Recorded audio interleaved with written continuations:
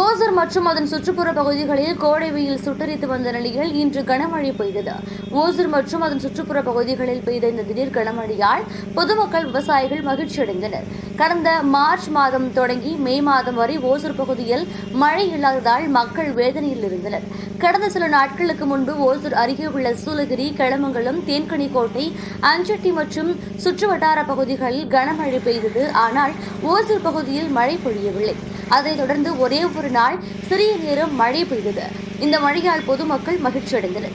ஆனால் ஓசூரில் மழை பொழியவில்லை என மக்கள் வேதனை தெரிவித்தனர்.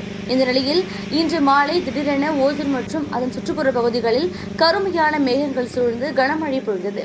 சுமார் ஒரு மணி நேரத்திற்கும் மேலாக கனமழை வெளுத்து வாங்கியதால் பொதுமக்கள் மற்றும் கிராமப்புற விவசாயிகள் மகிழ்ச்சி அடைந்தனர்.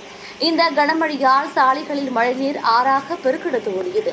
சாலைகளில் வாகன ஓட்டிகள் முகப்பு விளக்குகளை எரியவிட்டு வாகனங்களை மெதுவாக இயக்கி சென்றனர். நீண்ட நாட்களுக்கு பின் ஓசூர் பகுதியில் மழை பெய்ததால் பொதுமக்கள் மற்றும் விவசாயிகள் ஆனந்தமடைந்தனர்.